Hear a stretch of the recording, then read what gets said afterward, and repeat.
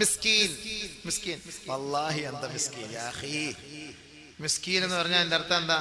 ലാ ദിർഹമ വലാ ദീനാർ മാഫി ഫുലൂസ്. ഒന്നുമില്ല, സംഭവം കയ്യിലൊന്നുമില്ല. സാധാരണ നമ്മൾ മിസ്കീൻ എന്ന് പറയുന്നത് അവരെയാണ്. കയ്യിലൊന്നുമില്ലാത്തവരെ കുറിച്ചാണ് മിസ്കീൻ എന്ന് പറയുന്നത്. ഉള്ളത് എന്തെങ്കിലും ഇട്ടോണം. നമ്മൾ റമളാൻ മാസത്തിൽ കിട്ടുന്ന സ്വതക്കയ്ക്ക് വലിയ കൂലിയാണ്.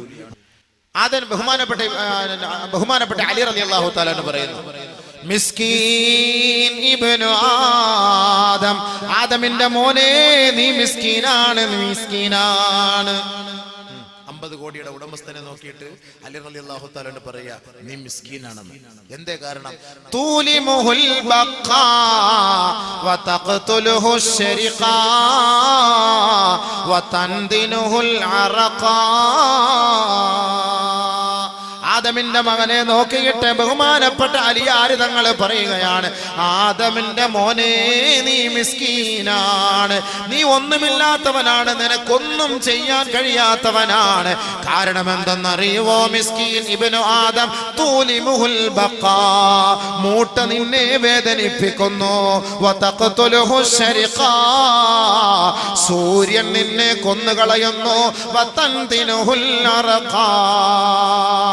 വതൻദിനുൽ അറഖാ, സൂര്യന്റെ ആഘാതത്തിൽ വിയർത്തൊലിക്കുന്ന മനുഷ്യന്റെ ശരീരത്തിൽ നിന്ന് നിർഗളിക്കുന്ന വിയർപ്പിന്റെ തുള്ളി നിന്നെ ദുർഗന്ധത്തിലേക്ക് കൊണ്ടുപോകുന്നില്ലേ ആദമിന്റെ മോനെ? ഒരു ദിവസം നീ കുളിച്ചില്ല എങ്കിൽ, നിന്റെ ശരീരത്തിൽ സുഗന്ധദ്രവ്യം നിങ്ങൾ പൂശിയില്ല എങ്കിൽ, നല്ല വസ്ത്രം ധരിച്ചില്ല എങ്കിൽ, പരിസരത്ത് പോയി നിൽക്കാനോ, നീ പല്ല് തേച്ചില്ല എങ്കിൽ ആരോടെങ്കിലും സംസാരിക്കാനോ നിനക്ക് കഴിയുമോ? ഒരു കൊതുക് കടിച്ചാൽ, ഒരു മൂട്ട കടിച്ചാൽ നിന്നെ കൊണ്ട് നിയന്ത്രിക്കാൻ കഴിയുമോ? മനുഷ്യ, ഈ കൊതുകിന്റെ മുന്നിൽ നീ നിന്ദ്യനല്ലേ? ഇന്ന് പടർന്ന് പന്തലിച്ചു കൊണ്ടിരിക്കുന്ന ഡെങ്കിപ്പനി പടർത്തുന്നതാരാ? മനുഷ്യനാണോ? കൊലകൊമ്പന്മാരാണോ? കുടുംബക്കാരാണോ? അല്ല, അല്ല, ആർക്കും വേണ്ടാത്ത ഒരു കൊതുകല്ലയോ, കൊതുകല്ലയോ? ആ കൊതുകിനെ തന്നെയാണ് പടച്ച തമ്പുരാൻ ഖുർആനിൽ ഉപമിച്ചത്. മക്ക മുശ്രിക്കീങ്ങൾ ചോദിച്ചു, മുഹമ്മദേ നിന്റെ റബ്ബിന് വിവരമില്ലല്ലോ, പരിശുദ്ധ ഖുർആൻ എന്ന് പറഞ്ഞിട്ട് കൊതുകിനെ ആണല്ലോ ഉപമിച്ചത്. ആനയുണ്ടായിട്ട്, ഒട്ടകമുണ്ടായിട്ട്, കുതിരയുണ്ടായിട്ട് ആ ഒട്ടകത്തെയോ ആനയോ ഉപമിക്കാതെ അല്ലാഹു ഉപമിച്ചത് ഒരു കൊതുകിനെ അല്ലയോ? ഇന്നല്ലാഹ ലാ യസ്തഹീ يضرب مثلا ما بعوضا فما فوقها. ഇന്ന് ലോകത്ത് ആകമാനം ഭയപ്പെടുന്നത് കൊതുകിനെയല്ലേ, കൊതുകിനെയല്ലേ?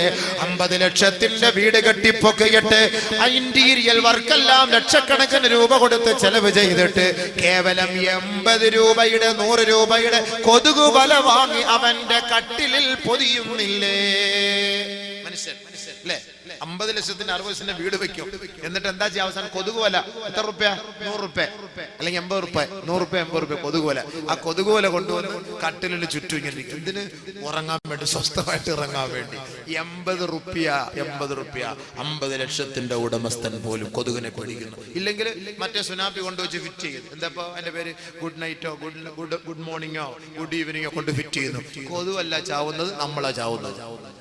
അപ്പൊ റാഹത്താട്ട് കൊതുവിന്റെ കയ്യിൽ നിന്ന് കൈക്കൂലി വാങ്ങിയിട്ട് ആ കമ്പനിക്കാരാ മരുന്നിറക്കിയത്.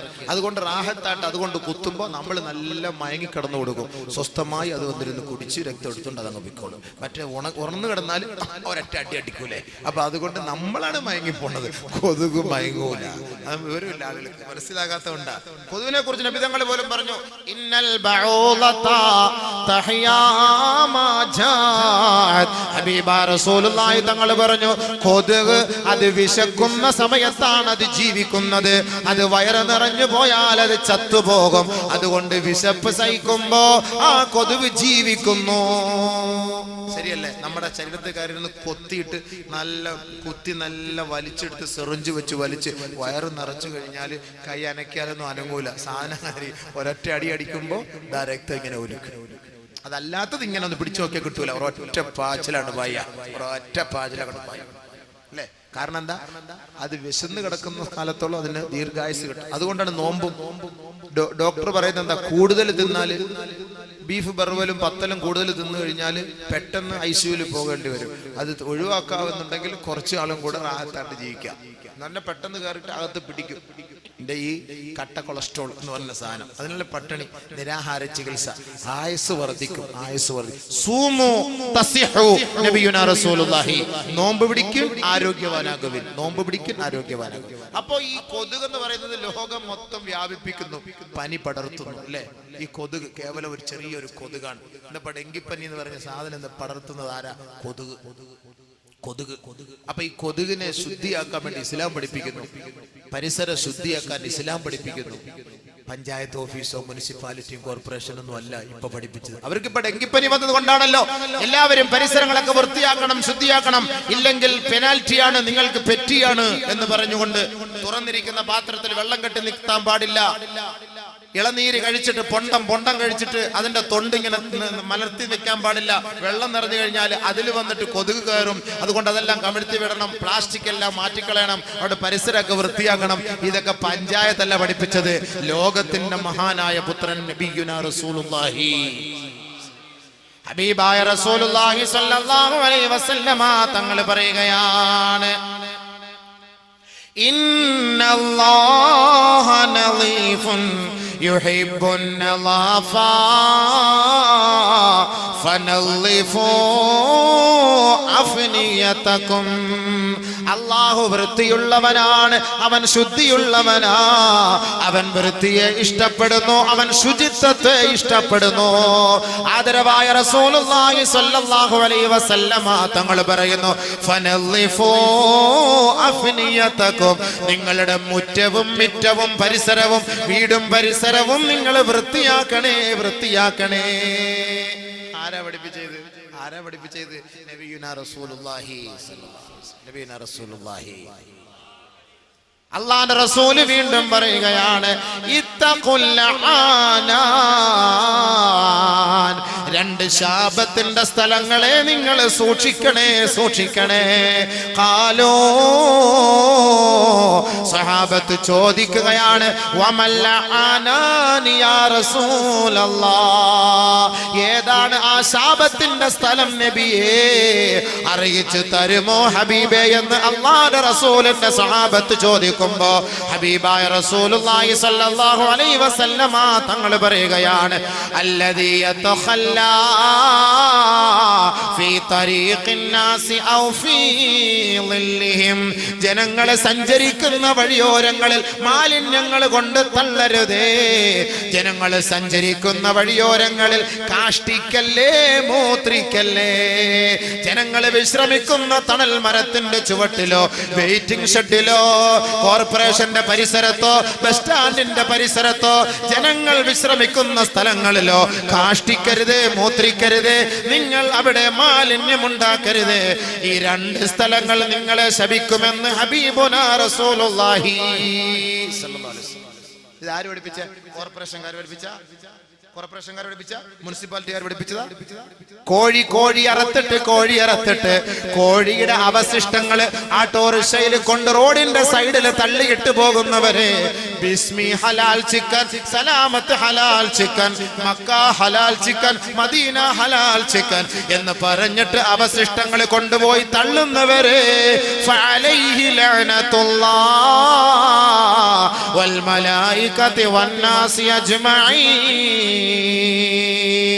മാലിന്യങ്ങൾ പടർത്തുന്നവർ, മാലിന്യങ്ങൾ വലിച്ചു കോട്ടുന്നവർ, പരിസരങ്ങൾ വൃത്തിയാക്കാത്തവരുടെ മേൽ അല്ലാഹുവിന്റെ ശാപമാണ്, മാലാഖമാരുടെ ശാപമാണെന്ന് നബിയുനാ റസൂലുള്ളാഹി സ്വല്ലല്ലാഹു അലൈഹി വസല്ലം. ആര് പഠിപ്പിച്ച? ഇന്ന് രോഗം പടരാനുള്ള കാരണം മാലിന്യം. അതുകൊണ്ട് നബി തങ്ങൾ അന്നേ പറഞ്ഞു നമ്മൾ വൃത്തിയാക്കണം, പരിസരമൊക്കെ വൃത്തിയാക്കണം. ജനങ്ങൾ വിശ്രമിക്കുന്ന നടക്കുന്ന സ്ഥലങ്ങളിലൊന്നും പോരുന്നതിന് പാത്താൻ നിൽക്കരുത്, മൂത്രമൊഴിക്കാൻ നിൽക്കരുത്, കാഷ്ടിക്കാൻ നിൽക്കരുത്, കാർക്കിച്ച് തുപ്പരുത്. റോഡിൽ ആരെങ്കിലും കാർക്കിച്ച്, ഇപ്പൊ റമളാൻ മാസം അല്ലേ, ഇഷ്ടം പോലെ കൊട്ടക്കണക്കിന് കിട്ടും. എവിടെയെങ്കിലും ഒക്കെ ബസ് ഇരുന്നുണ്ടോ പ്ലുക്കൊന്നും പറഞ്ഞ് താഴോട്ട് ആരുടെയെങ്കിലും മണ്ടലോട്ട് തലയിട്ട് വീണ് കഴിഞ്ഞാൽ അവൻ കുളിക്കാൻ അത് മതി. മനുഷ്യന്മാർ ഇതെല്ലാം ഇങ്ങനെ പിടിച്ചു വെച്ച് ഈ നമ്മുടെ ശരീരത്തിന്റെ ഒരു ആരോഗ്യത്തിനാണ് ഈ ഉമിനീര് തുപ്പല്, അതെല്ലാം കൂടെ ഇങ്ങനെ പിടിച്ചു വെച്ച് നമ്മൾ എന്തിനപ്പോ ഈ തുപ്പാൻ പോട്ടത്, അതിങ്ങനെ വിഴുങ്ങാൻ അള്ളാഹു നമുക്ക് തന്നെ. ഇനിയിപ്പോ എല്ലാം കൂടെ ഒരു 1/2 ലിറ്റർ ആക്കിയിട്ട് ഒരൊറ്റ വിഴുങ്ങ, അങ്ങനല്ല ഇതിന്റെ അർത്ഥം. നമുക്ക് കിട്ടുന്നത് ഊർന്ന് വരുന്നത് നമ്മളതങ്ങോട്ട് വിഴുങ്ങലല്ല, അത് നമ്മുടെ ശരീരത്തിന്റെ ആവശ്യത്തിന് അള്ളാഹ് തന്നിരിക്കുകയാണ്. അത് മൊത്തം ഇങ്ങനെ തുപ്പി കളഞ്ഞ കാരണം നാട്ടുകാരെ മുഴുവൻ ഇടങ്ങാറാക്കാൻ. മറ്റുള്ളവർ പറയില്ലേ, നോമ്പും വന്ന് ഇനി പരിസരമൊക്കെ വൃത്തികേടായി ആകെ ഇടങ്ങാറ്. പള്ളിയിൽ കിടക്കുന്ന ചെരുപ്പിൽ പള്ളിക്കകത്തുനിന്ന് ഇങ്ങനെ തുപ്പുക, നല്ല റാഹത്തായിട്ടിട്ട് പോയ ചെരുപ്പ്, അവസാനം ഇയാൾ വന്ന് ചെരുപ്പിടുമ്പോൾ മാർബിളി തെന്നിയതുപോലെ ക്ലൂന്നും പറഞ്ഞ് തെന്നി അങ്ങോട്ട് പോകും. കാരണം എന്താ, നല്ല സാധനം അതിനകത്ത് കിടക്കാൻ കഷ്ടം. മനുഷ്യന്മാർ എന്തിനപ്പം ഇങ്ങനെ തുപ്പുന്നത്? നബി സല്ലല്ലാഹു അലൈഹി വസല്ലം പറഞ്ഞെന്താ, ആരെങ്കിലും തുപ്പിയാലോ മൂക്ക് ചീറ്റിയാലോ അത് മണ്ണിട്ട് മൂടി സൈഡിൽ മാറ്റണം.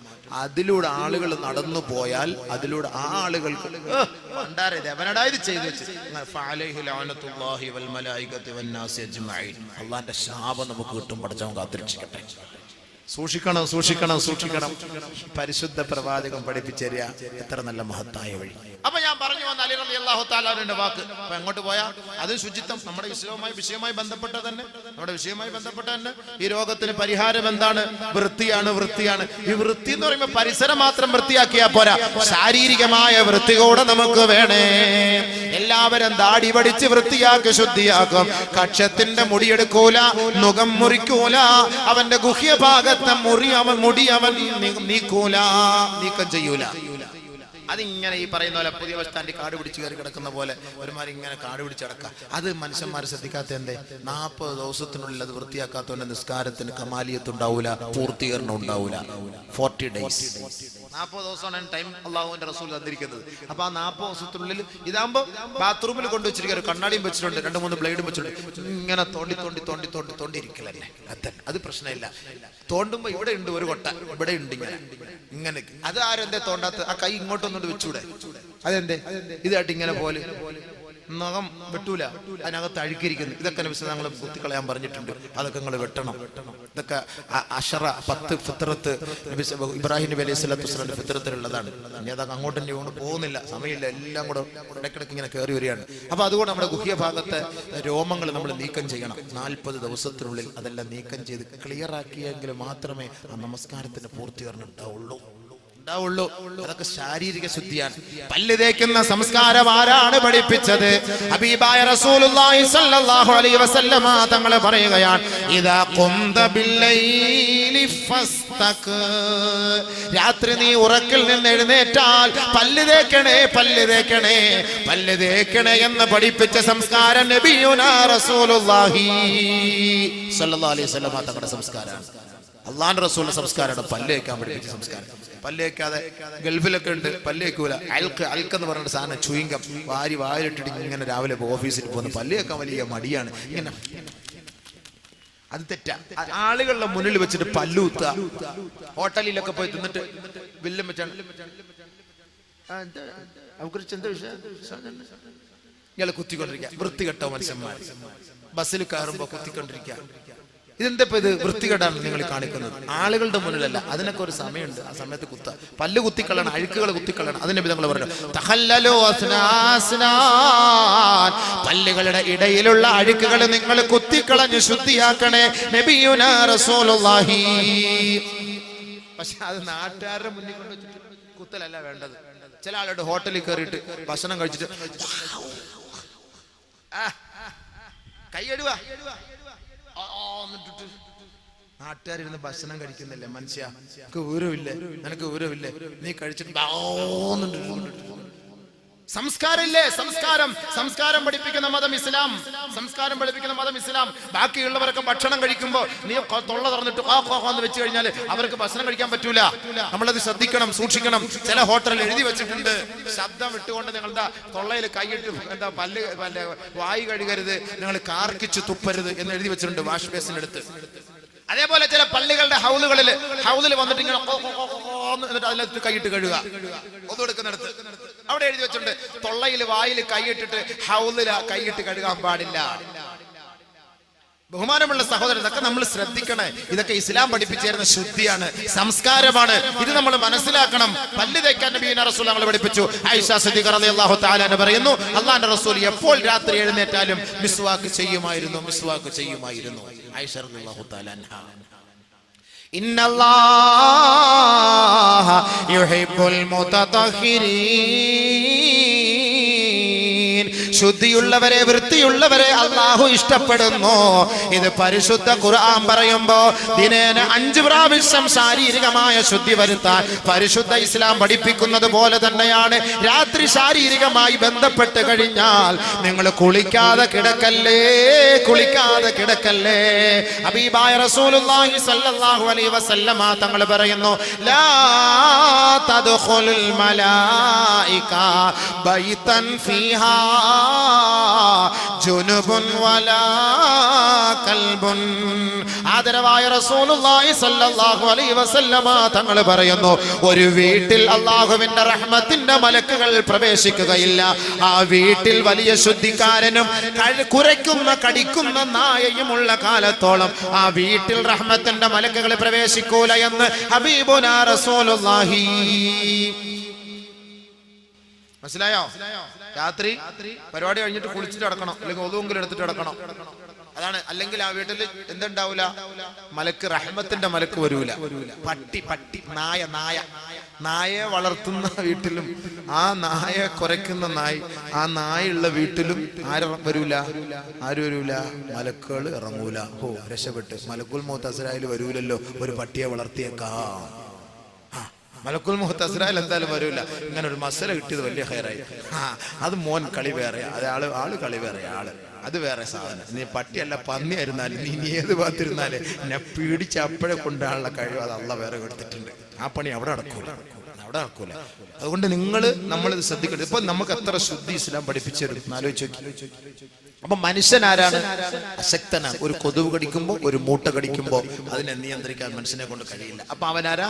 മിസ്കീൻ. തൂലിമുൽ ബഖാ വതഖ്തുലുഹു ശരിഖാ. സൂര്യന്റെ ചൂടിൽ മനുഷ്യൻ വേർത്ത് ബനിയൻ മാറ്റിയില്ലെങ്കിൽ, ഡ്രസ്സ് മാറ്റിയില്ലെങ്കിൽ, 2 ദിവസം കുളിച്ചില്ലെങ്കിൽ കശത്തുനിന്ന് അവിടുന്ന് വരുന്ന നാറ്റം, എന്താ സ്മെല്ല്! എത്ര വലിയ സുന്ദരി എന്ന് പറഞ്ഞാലും ഈ സാധനം അങ്ങോട്ട് അടിച്ചു വീശിയാൽ എന്റെ പൊന്നെ മിസ്രിലെ പെണ്ണാന്ന് പറഞ്ഞാൽ ദേവി ഇത് തൊള്ള ഉറക്കല്ലേ. അള്ളാഹുവാണ് സത്യം, ഞാൻ എത്ര വേണേലും പൈസ കിട്ടുക കാണിക്കുകയും ചെയ്യും. ഈ തൊള്ള ഉറക്കല്ലേ എന്ന് പറയും. സൂര്യന്റെ ചൂട് കൊണ്ട് മനുഷ്യൻ ശരീരം വിയർത്തു പോയാൽ അവൻ ആരായി മാറും? മിസ്കീൻ. അത് നിയന്ത്രിക്കാൻ മനുഷ്യനെ കൊണ്ട് കഴിയുന്നില്ല. അപ്പൊ ഇവൻ ആരാണ്? മനുഷ്യൻ അശക്തനല്ലേ.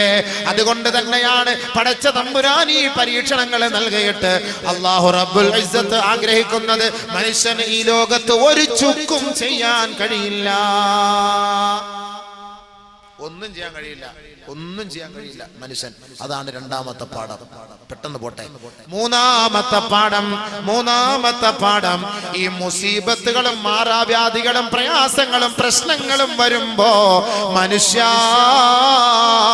നീ ക്ഷമിച്ചാൽ അല്ലാഹു നിനക്ക് പ്രതിഫലം ഉയർത്തി തരുന്നതിന് വേണ്ടിയത്രേ. നല്ല കൂലി അല്ലാഹു നിനക്ക് തരാനാണ് ഇതൊക്കെ അല്ലാഹു നിനക്ക് ഇങ്ങോട്ടിട്ട് തരുന്നത്. إنما يوفى الصابرون أجرهم بغير حساب. ക്ഷമ അവലംബിക്കുന്നവർക്ക് വണ്ണമായ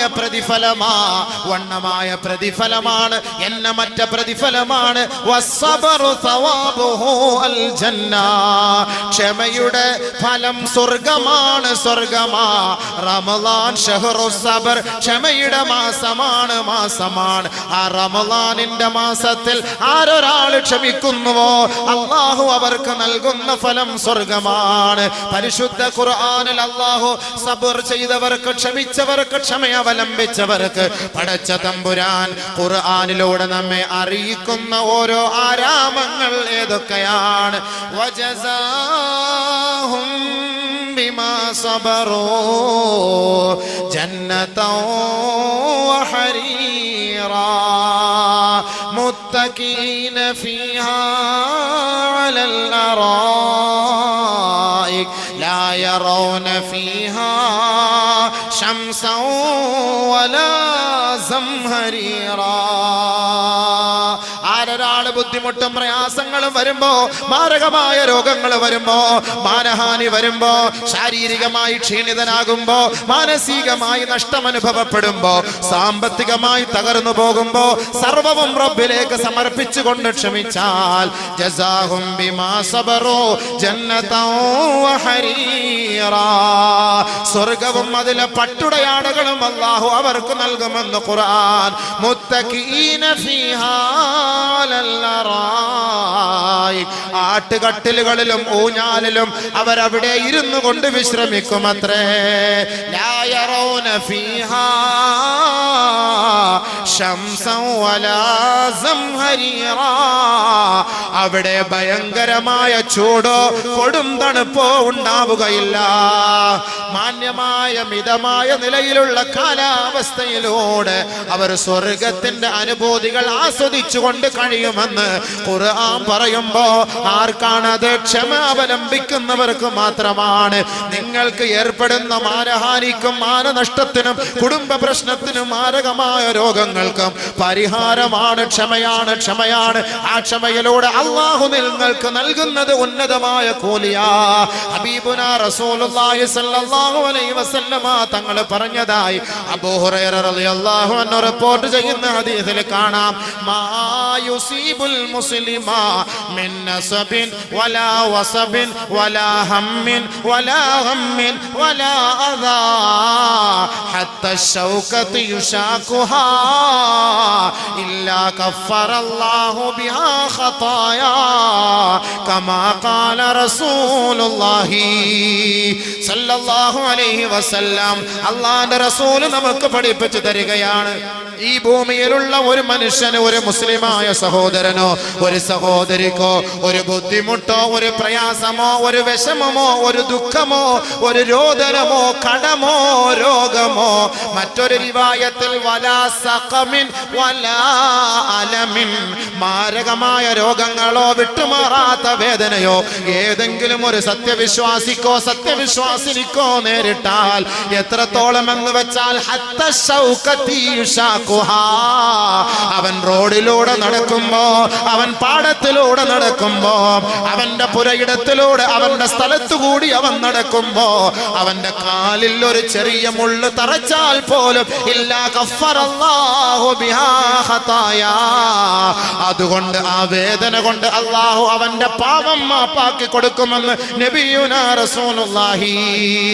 വീണ്ടും അല്ലാഹുവിന്റെ റസൂൽ പഠിപ്പിക്കുകയാണ്, ലാ യസാലുൽ ബലാഉ ബിൽ മുഅ്മിനി വൽ മുഅ്മിനതി ഫീ മാലിഹി വനഫ്സിഹി വവലദിഹി ഹത്താ യൽഖല്ലാഹ തആല വമാ അലൈഹി ഖതിയാ.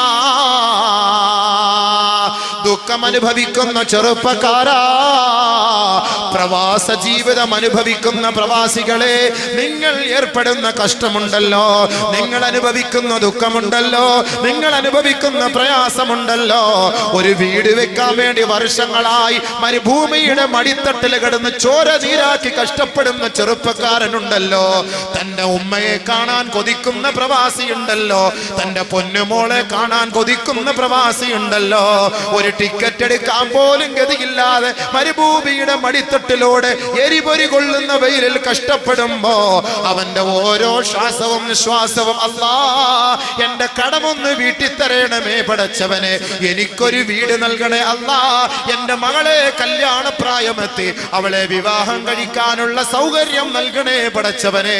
തന്റെ ഭാര്യയെ പോലും മറന്നുകൊണ്ട് എത്രയെത്ര യുവത്വം തുളുമ്പുന്ന ചെറുപ്പക്കാരാണ് തന്റെ ഭാര്യയുടെ സുഖം പോലും മറന്നുകൊണ്ട് മരുഭൂമിയുടെ കൊടും വെയിലിൽ കിടന്ന് കഷ്ടപ്പെടുന്നത്. ഇഷ്ടപ്പെടുന്നത്.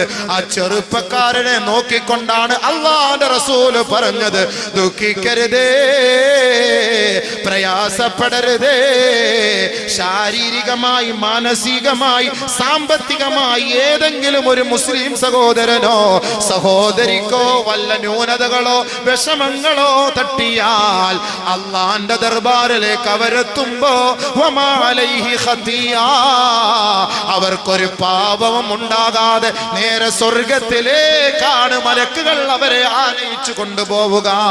അത് മതിയല്ലോ നമുക്ക് വലുത്, അതല്ലേ നമുക്ക് വലുത്. നമ്മുടെ നോമ്പ് എന്തിനാണ്? നമ്മുടെ നമസ്കാരം എന്തിനാണ്? നമ്മുടെ ഖുർആൻ പാരായണം എന്തിനാണ്? നമ്മുടെ ഈ പ്രഭാഷണം എന്തിനാ? ദുനിയാവിലെ നൈമിഷികമായ ജീവിതത്തിന് വേണ്ടിയല്ല, ആഖിറത്തിന്റെ അനശ്വരമായ ഭവനത്തിന് വേണ്ടിയാണ്. ദുനിയാവിൽ നമുക്ക് കുറഞ്ഞു പോയാൽ നീതിമാനായ പടച്ച തമ്പുരാൻ ആഖിറത്തിൽ നമുക്ക് വണ്ണമായ പ്രതിഫലം നൽകുമെന്ന് ലോകത്തിന്റെ ഹബീബായ മുത്തളി മുഹമ്മദ് മുസ്തഫ റസൂലുള്ളാഹി. അതുകൊണ്ട് ദുഃഖിക്കരുതേ, പ്രയാസപ്പെടരുതേ.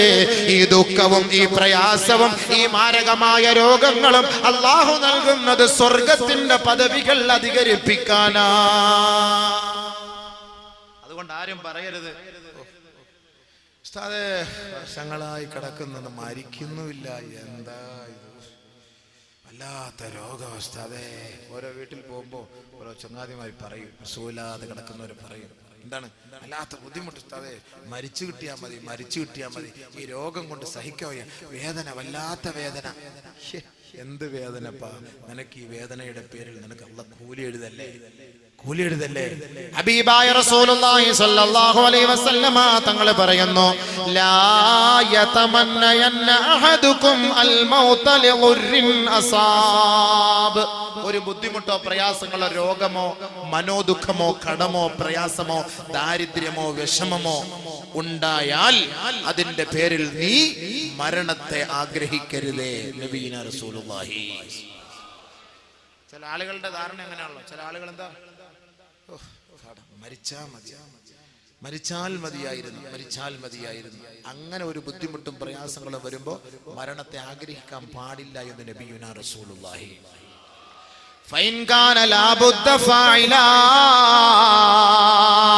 ഇനി മരണമല്ലാതെ എന്റെ മുന്നിൽ മറ്റു മാർഗമൊന്നുമില്ല എങ്കിൽ അവൻ 2 റക്അത്ത് റബ്ബിന്റെ കോടതിയിൽ നമസ്കരിച്ചുകൊണ്ട് അവൻ അല്ലാഹുവിനോട് പ്രാർത്ഥിച്ചു കൊള്ളട്ടെ, അല്ലാഹുമ്മ ഇൻ കാനത്തിൽ ഹയാതു ഖൈറൻ ലീ, അല്ലാഹുമ്മ അഹീനി ഇൻ കാനത്തിൽ ഹയാതു ഖൈറൻ ലീ വതവഫനി ഇദാ കാനത്തിൽ മമാതു ഖൈറൻ ലീ. അല്ലാഹുവേ, എന്റെ ശാരീരികമായ രോഗം എന്നെ വല്ലാണ്ട് അലട്ടുന്നു പടച്ചവനെ, ഞാൻ വല്ലാണ്ട് ദുഃഖത്തിലാണ് അല്ലാ, വല്ലാതെ പ്രയാസത്തിലാണ് അല്ലാ. പടച്ചവനെ, ഞാൻ ലോണെടുത്ത് നശിച്ചു പോയി പടച്ചവനെ. നാളെ നേരം വെളുക്കുമ്പോ എന്റെ വീടിന്റെ ഉമ്മറപ്പടിയിൽ ആ ബാങ്കിൽ നിന്ന് ബാങ്കുകാരും ജീവനക്കാരും ജപ്തി നോട്ടീസുമായി വരും അല്ലാ. എനിക്ക് സഹിക്കാൻ കഴിയില്ല അല്ലാ. ഞാൻ അഭിമാനത്തോടുകൂടി ജീവിച്ചവനാണ്, നാളെ എന്റെ മാനം പിച്ചി ചീന്തപ്പെടും പടച്ചവനെ. അതുകൊണ്ട് ഞാൻ മരിക്കാൻ ആഗ്രഹിക്കുന്നു അല്ലാ. മരണമാണ് എനിക്ക് ഖൈറെങ്കിൽ ഈമാനോടെ നീ മരിപ്പിക്കണേ പടച്ചവനെ. അതല്ല ജീവിതമാണ് ഖൈറെങ്കിൽ ഇതിനുള്ള പരിഹാരം നീ എത്തിച്ചു തരണമേ നാഥാ. അങ്ങനെ വേണം ഒരാൾ ദുആ ചെയ്യാൻ, അല്ലാതെ പെട്ടെന്ന് ആത്മഹത്യ ചെയ്യലല്ല. ഭർത്താവ് എന്നെ തലാക്കെല്ലാം പോന്നു, ഭർത്താവ് എന്നെ തലാക്കിയല്ലേ, ആത്മഹത്യ ചെയ്യണോ? ഭർത്താവ് മരിച്ചു, എനിക്ക് ഇനി ആരുമില്ല, ആത്മഹത്യ ചെയ്യണോ? ഒരു മുസീബത്ത് വന്നാൽ എന്ത് ചെയ്യണം? പ്രവാചകന്റെ പ്രതിവിധി, അല്ലാഹുമ്മ അജുർനി ഫീ മുസീബതി വഖ്ലുഫ് ലീ ഖൈറൻ മിൻഹാ. അല്ലാഹുവേ, എന്റെ മുസീബത്തിൽ എനിക്ക് നീ നല്ല കൂലി നൽകണേ പടച്ചവനെ. ഇതിനേക്കാൾ ഇരട്ടി, ഇതിനേക്കാൾ ഒരു പരിഹാരം, ഇതിനേക്കാൾ ഉചിതമായത് എനിക്ക് നീ നൽകി എന്നെ നീ സഹായിക്കണേ പടച്ചവനെ, സഹായിക്കണേ പടച്ചവനെ. വലിയ സംഭവം. ഭർത്താവ് മരിച്ചാൽ ഭാര്യ പറയേണ്ടത് അങ്ങനെയാണ്, ഭർത്താവ് മരിച്ചാൽ ഭാര്യ പറയണം. ഒരു ബുദ്ധിമുട്ടും പ്രയാസങ്ങളും നമുക്ക് വന്നാൽ നമ്മൾ ചെയ്യേണ്ട ദുആ, അല്ലാഹുമ്മ അജുർനി ഫീ മുസീബതി വഖ്ലുഫ് ലി ഖൈറൻ മിൻ. പടച്ചവനെ എൻ്റെ മുസീബത്തിൽ നീ എന്നെ സഹായിക്കണം, ഇതിനേക്കാൾ ബദൽ എനിക്ക് നല്ലത് നീ നൽകണം എന്ന് ദുആ ചെയ്തു. ഉമ്മു സൽമ റളിയല്ലാഹു തആല ദുആ ചെയ്തു. ഭർത്താവ് മരിച്ചപ്പോൾ ദുആ ചെയ്തു, എൻ്റെ മുസീബത്തിൽ എന്നെ സഹായിക്കണേ. ആദരവായ റസൂലുള്ളാഹി സ്വല്ലല്ലാഹു അലൈഹി വസല്ലം തങ്ങൾ പിന്നീട് അവരെ വിവാഹം കഴിച്ചു. എൻ്റെ ഭർത്താവിനേക്കാൾ ഉചിതമായത് എനിക്ക് നൽകണേ എന്ന് അള്ളാന്റെ റസൂലിനെ കൊണ്ട് അവർ പറഞ്ഞ് സന്തോഷിച്ചു. നബിതങ്ങളുടെ സദസ്സിൽ നിന്ന് വന്ന് എൻ്റെ ഭർത്താവ് എനിക്ക് ഈ ദുആ പഠിപ്പിച്ചു തരുമായിരുന്നു. ഒരു മുസീബത്ത് വരുമ്പോൾ അല്ലാഹുമ്മ അജുർനി ഫീ മുസീബതി വഖ്ലുഫ് ലി ഖൈറൻ മിൻ, എൻ്റെ മുസീബത്തിൽ എന്നെ സഹായിക്കണേ, ഇതിനേക്കാൾ ഉപരി എനിക്ക് നൽകണേ, നല്ലത് നൽകണേ എന്ന് പറയുമ്പോൾ ഞാൻ അങ്ങനെ ഈ എൻ്റെ ഭർത്താവ് മരിച്ചപ്പോൾ ഞാൻ അങ്ങനെ ദുആ ചെയ്തു. എനിക്ക് അള്ളാന്റെ റസൂലിനെ കിട്ടി. ഭാഗ്യല്ലേ നമ്മളതിനെ ദുഃഖിക്കുന്നത്, നമ്മളതിന് പ്രയാസപ്പെടുന്നത്? ഇങ്ങനെ ആത്മാർത്ഥമായി പറഞ്ഞുകൊണ്ടേയിരിക്കും, അള്ളാഹു രക്ഷപ്പെടുത്തും, പരിഹാരം വന്നു തരും. അതിന് മനുഷ്യന് സൈക്കിൾ, അതൊന്നും പെട്ടെന്ന് കാര്യം നടക്കണം, അത് വലിയ പാടാ. പെട്ടെന്ന് കാര്യം ആദ്യം ഓതി ആയത്താ ഹത്താ സുൽസിലു, സഹാബാക്കൾ പോലും, നബിയും സഹാബാക്കൾ പോലും حتى يقول الرسول والذين آمنوا معه متى نصر الله. എപ്പോഴാണ് അള്ളാഹുവിന്റെ സഹായം എന്ന് അവരിങ്ങനെ ആശിച്ചു പോയി, ആഗ്രഹിച്ചു പോയി. അലാ ഇന്ന നസ്റല്ലാഹി ഖരീബ്. ദുഃഖിക്കണ്ട, നിങ്ങളുടെ ദുആയുടെ ബർക്കത്ത് അള്ളാഹു നിങ്ങൾക്ക് പെട്ടെന്ന് എത്തിച്ചു തരും, അറിയിച്ചു തരും. നിങ്ങൾ വിഷമിക്കണ്ട, നിങ്ങൾ പ്രയാസപ്പെടണ്ട. അപ്പൊ അള്ളാഹു സുബ്ഹാനഹു വ തആല നമുക്ക് ഈ രോഗങ്ങളും ഈ ബുദ്ധിമുട്ടും തരുന്നത് എന്തിന്? സ്വർഗ്ഗത്തിൽ പദവി കൂട്ടാൻ. ഒരു ഹദീസ് കൊടുക്കട്ടെ. ജാബിർ റളിയല്ലാഹു അൻഹു റിപ്പോർട്ട് ചെയ്യുന്ന ഹദീസ്,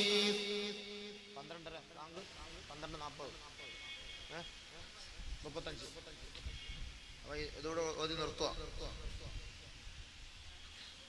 ഇതിനൊക്കെ വേറെ പരിഹാരമുണ്ട്. വേറെ ഇനി ഇതൊക്കെ എന്തുകൊണ്ടുണ്ടാകുന്നു എന്നുള്ളത്, ഈ പരീക്ഷണങ്ങൾ എന്തുകൊണ്ടുണ്ടാകുന്നു, പ്രകൃതിക്ഷോഭം എന്തുകൊണ്ടുണ്ടാകുന്നു, മാരക രോഗം എന്തുകൊണ്ടുണ്ടാകുന്നു, അതിന് വേറെ ഹദീസുണ്ട്. അത് വലിയൊരു ഹദീസ് നബി സല്ലല്ലാഹു അലൈഹി വസല്ലം പറഞ്ഞിട്ടുണ്ട്. സമയമില്ലല്ലോ, ഉണ്ടെങ്കിൽ അത് പറയണമല്ലോ, നല്ല എൻ്റെ ലാസ്റ്റിലെത്തുള്ളൂ. നാളെ തൗബയാ വിഷയം. നേരം പിന്നെ ബഹുമാനപ്പെട്ട നബിയുനാ റസൂലുള്ളാഹി തങ്ങൾ പറഞ്ഞതായി ജാബിർ റളിയല്ലാഹു തആല അൻഹു റിപ്പോർട്ട് ചെയ്യുന്ന ഹദീസിൽ കാണാം, യവദ്ദു അഹ്ലുൽ ആഫിയതി അൽ ജന്ന യൗമൽ ഖിയാമ. ആരോഗ്യമുള്ളവർ ആഖിറത്തിൽ പോയിട്ട് അവർ ആഗ്രഹിക്കും, ഖിയാമത്ത് നാളിൽ ആരോഗ്യമുള്ളവർ. യവദ്ദു അഹ്ലുൽ ആഫിയതി യൗമൽ ഖിയാമ ഹീന യുഅതാ അഹ്ലുൽ ബലാഇ അസ്സവാബാ. ദുനിയാവിൽ പരീക്ഷണത്തിന് വിധേയരായവർക്ക്, ദുനിയാവിൽ വർഷങ്ങളായി വാട്ടർ ബെഡിൽ കിടന്ന് കഷ്ടപ്പെട്ടവർക്ക്, ദുനിയാവിൽ ക്യാൻസർ രോഗം പിടിച്ച് മരിച്ചവർക്ക്, ദുനിയാവിൽ പ്ലേഗ് രോഗം പിടിച്ച് മരിച്ചവർക്ക്, ദുനിയാവിൽ ഡെങ്കിപ്പനിയോട്, ദുനിയാവിൽ ചിക്കുൻഗുനിയ പോലുള്ള മാരകമായ രോഗങ്ങൾ കൊണ്ട് വേദന അനുഭവിച്ച് മരിച്ചു പോയവരുണ്ടല്ലോ, അവർക്ക് അല്ലാഹു സ്വർഗ്ഗത്തിൽ നൽകുന്ന പദവികൾ കണ്ടുകൊണ്ട് രോഗമൊന്നുമില്ലാതെ മരിച്ചുപോയ ആരോഗ്യവാന്മാര് പറയുമത്രേ, യവദ്ദു അഹ്ലുൽ ആഫിയതി യൗമൽ ഖിയാമ ഹീന യുഅതാ അഹ്ലുൽ ബലാഇ അസ്സവാബാ ലൗ അന്ന ജുലൂദഹും ഖുരിളത് ബിൽ മഖാനീർ.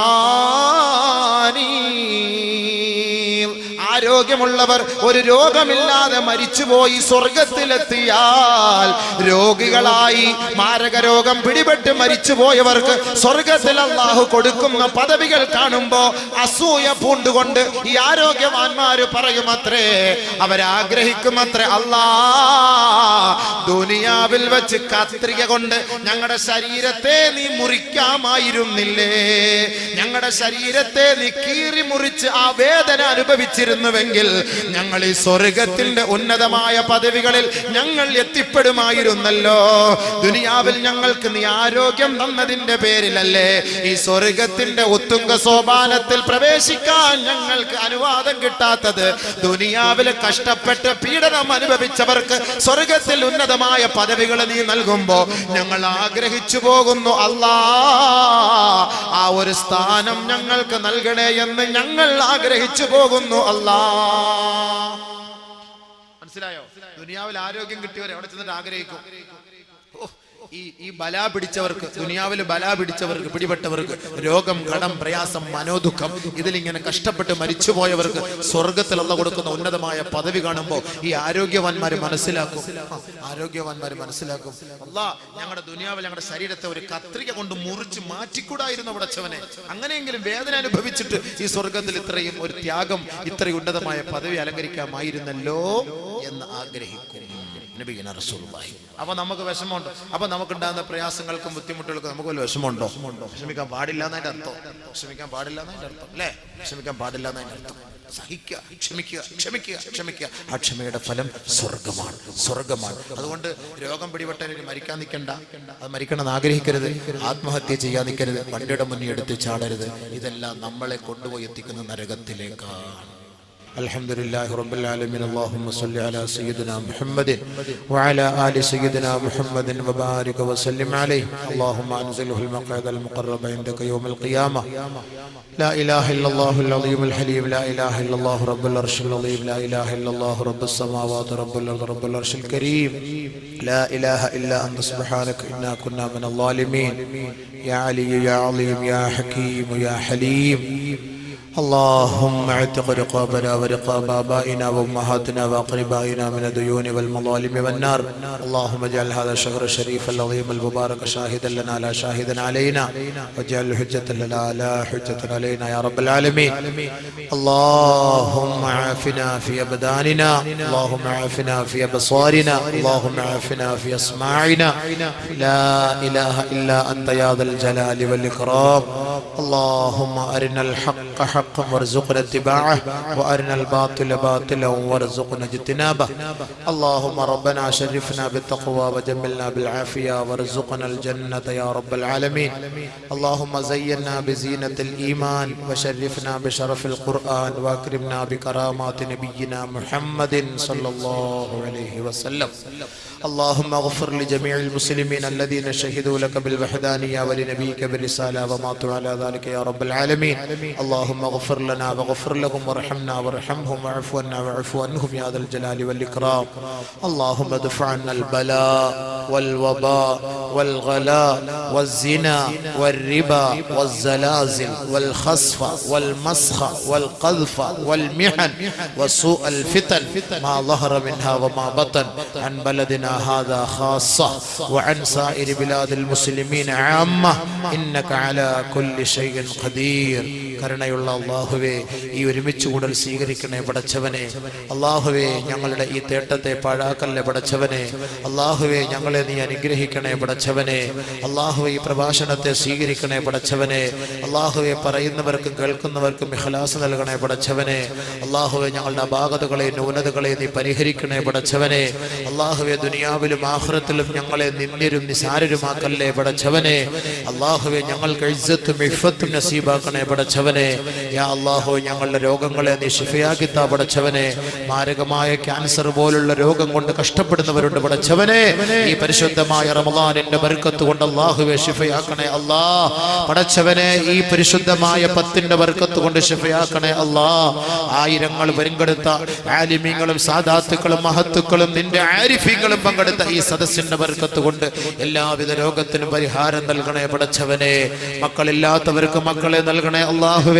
വർഷങ്ങളായ ഒരു കുഞ്ഞിക്കാലിന് വേണ്ടി കൊതിക്കുന്നവർക്ക് അതിനുള്ള സൗഭാഗ്യം നൽകണേ പടച്ചവനെ. നിലവിലെ മക്കളുള്ളവരുടെ മക്കളെ ഹാഫിളീങ്ങളും ആലിമീങ്ങളും ആക്കണേ പടച്ചവനെ. റഹ്മാനായ അല്ലാഹ്, ഞങ്ങളെ ഉഖ്റവികളായ പണ്ഡിതന്മാരാക്കണേ അല്ലാഹ്. നാഫിയായ ഇൽമു നൽകണേ പടച്ചവനെ. നാഫിയായ ഇൽമു നൽകണേ പടച്ചവനെ.